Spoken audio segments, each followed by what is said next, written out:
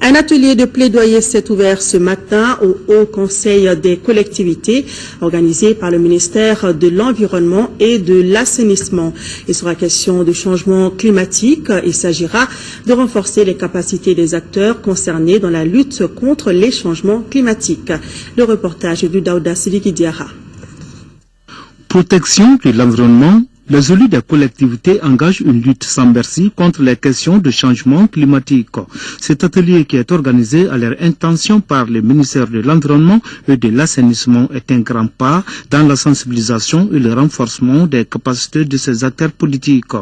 Le Haut Conseil des collectivités, en sa qualité de représentation nationale des collectivités territoriales, se révèle-t-il l'interface la mieux appropriée pour plaider auprès des autorités en faveur de la prise en compte des changements climatiques dans les politiques et programmes de développement. Il en assurera également le portage par les populations plus que jamais exposées aux conséquences nuisibles de ces dangers. C'est pourquoi j'engage l'ensemble des conseillers nationaux et des collectivités territoriales du Mali à ne ménager aucun effort pour amoindrir les effets de ces cycles de dégradation sans précédent que subit notre cadre de vie. Selon des études menées sur les scénarios climatiques au Mali, on s'attend à une augmentation des températures, ce qui va occasionner une baisse des précipitations, toutes choses qui ont des effets négatifs sur le développement socio-économique de notre pays, notamment l'agriculture, l'énergie, les ressources en eau et les infrastructures.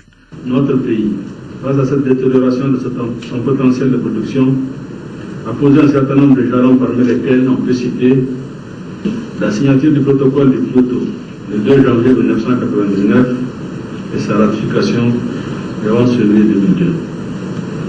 L'élaboration de 2 communications nationales sur les changements climatiques, la désignation du point focal de changement climatique au Mali, la mise en place d'une autorité nationale désignée, le mécanisme pour le développement propre en 2003. La mise en œuvre d'un certain nombre de projets sur le changement climatique. Le Haut Conseil des collectivités, à travers son président, s'est dit prêt à accompagner les autorités maliennes pour faire de la lutte contre les changements climatiques un vecteur de développement